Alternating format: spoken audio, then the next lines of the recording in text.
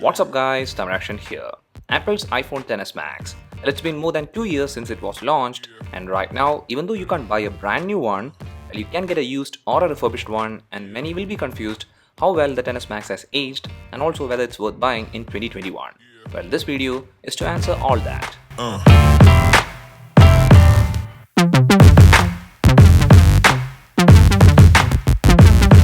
The iPhone XS Max by design is still a very premium and well-built phone. The form factor is huge and heavy, and it's surely not a one-handed type, but then that's an expected thing with Max-sized devices. And to be frank, when you compare the iPhone XS Max size with the iPhone 12 Pro Max, I do prefer the XS Max because of the curved sides. This phone feels much more comfortable to hold even though it's a big phone, and here for the durability, with the unit I have, well, it has been used for almost 2 years, but even then the frame and glass has held up pretty well. Now the glass does get scratched up, and same is the case with the frame, but even then the overall structure is still very solid, and also there is no signs of any gap or button failure. All the buttons still work great with proper tactile feedback, and even the only port, which is lightning, still works fine. Now the camera section is protruding out, but then here the unit I am testing has been used with a camera lens protector, so it's still remaining free of scratches. And from my previous experience with iPhones, there isn't any need to worry about the camera lens because it does age well. So overall, based on the aging factor and from a design perspective, well, the iPhone XS Max will surely score at 9 out of 10.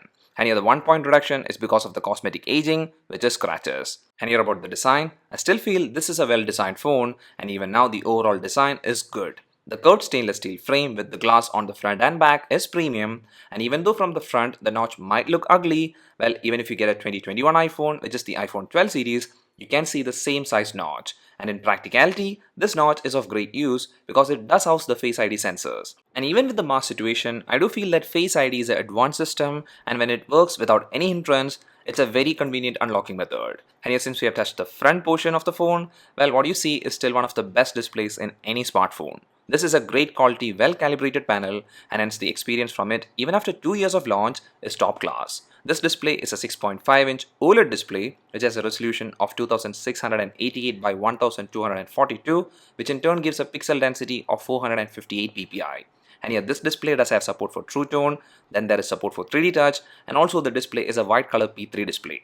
And here these specs do reflect well, and that's the reason why the display is still a great one. Colors does look very sharp and the viewing angles are good, and also the outdoor usage scenario is not at all a thing to worry about. The display can top at 625 nits of brightness, and hence you won't have difficulty in reading contents even during a bright sunny day. And here the notch also doesn't come as an obstruction while you're watching videos or playing games. And actually the media consumption experience with the iPhone XS Max is still very enjoyable because of this display and really good quality dual speaker setup. The speaker output is loud and also very clear, and even the sound does have that richness, so even if it's a noisy environment, you won't have issues with the sound output. And one more key thing to note is the support for 3D Touch, because it's something that I miss with the new iPhones. So till now, based on design and build, and also the display and audio, well, things are still promising with the iPhone XS Max. But then I feel the best standout feature of this phone even now is its performance. Because usually a 2-year-old phone won't perform that well, but then since this is an iPhone, the internals do age in a neat manner. The processor that powers the iPhone XS Max is Apple's A12 Bionic chip, which is a 7nm processor, and here the RAM available is 4GB, and the storage options vary in the range from 64GB to 512GB. And here these specs might not look very promising, but when you use the phone, the experience is undeniably good to great. Normal tasks are butter smooth with no lags or slowdowns, and even if you want to shift the usage pattern to a heavy usage type, well, even then you won't face issues. I mean, all apps available in App Store does work great without issues, and that's a big plus. And yeah, and the key thing to note is that the phone still runs the latest operating system, which is iOS 14. And what we trust with Apple is that this phone will probably be supported for at least 3 years in terms of major software updates. So that's one of the biggest advantage with the iPhone XS Max. And here a very key thing to keep note of is that the display's refresh rate is just the normal 60Hz, and it's even with that the user experience from the phone remains to be smooth. So when a phone ages like this, it surely needs to be hyped, and that's why I did say that the performance is still one of the best features of the iPhone XS Max. Well, that said, when you switch your concentration to the camera, well, even in that department, the iPhone XS Max still can compete with some of the flagships in market. Because here, this dual camera system is something we can trust to take good stills and great videos. Both the cameras here are 12 megapixel ones, and in that the main sensor is a wide angle camera with aperture f1.8, And the secondary camera is a telephoto camera with aperture f2.4. And here both cameras have optical image stabilization, and with the telephoto lens, optical zoom is up to 2x. And even now the shots that the main sensor captures is sharp with proper detailing, and also colors look natural. There isn't much of saturation effect, and about the dynamic range, well, even though it's not the best, it's good.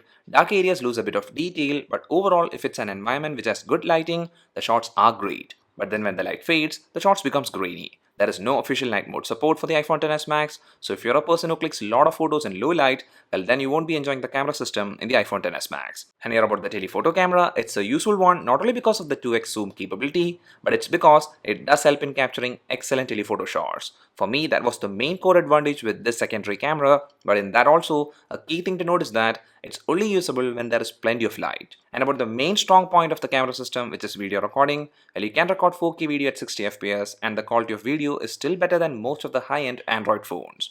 Extended dynamic range support is available up to 30 FPS, and your videos are very stable with no focusing issues. And overall, if you plan to use this camera as a main video camera, you won't be disappointed. And now checking the front camera, well, it's a 7 megapixel camera with aperture f2.2, and this one is showing its age. I mean, the shots are good, but there is loss in quality when the situation is challenging. But when you switch to a proper lit environment, things are much better, but then the frame of capture is not very wide. And here also the strong point is the videos captured. The max video resolution supported is 1080p at 60 fps, and in such a setting, the videos are stable and also the colors look good. And overall, I would still rate this front camera as a good one if you want to take vlogs. So that's the camera situation, and right now it's holding fine. But then it all comes to the price point you can get an iPhone XS Max. Because as I said earlier, finding a new unit might not be an easy thing, and hence your choice is tailored down to a used one or a refurbished one. And I feel for an excellent condition iPhone XS Max, which has like maybe 90% of battery health, the pricing should be in the 35,000 to 40,000 Indian rupees range.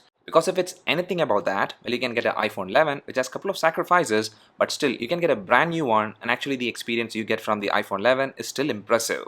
And also the iPhone 11 does have the upper hand in terms of the processor, camera, and even battery. And here I'm going to stress this battery point because it's a very key thing for all of us, and with the used iPhone XS Max, the issue is that the battery health will be low, and hence you're not going to get the full advantage of the 3174 mAh battery. The unit I was testing had a battery health of 87%, and from that, with the latest OS, the screen on time I was getting was a maximum of 4 hours. It did drop to 3.5 hour range if the usage pattern was moderately heavy, and during such a day, I did charge the device twice. Now you do get the advantage of fast charging as well as wireless charging support, but then the charger that comes with the iPhone XS Max is a 5-watt charger, so with that you won't be able to do the fast charging thing. And also about the wireless charging, it's on the slower side. Hence the battery thing remains a weak point for the iPhone XS Max in 2021.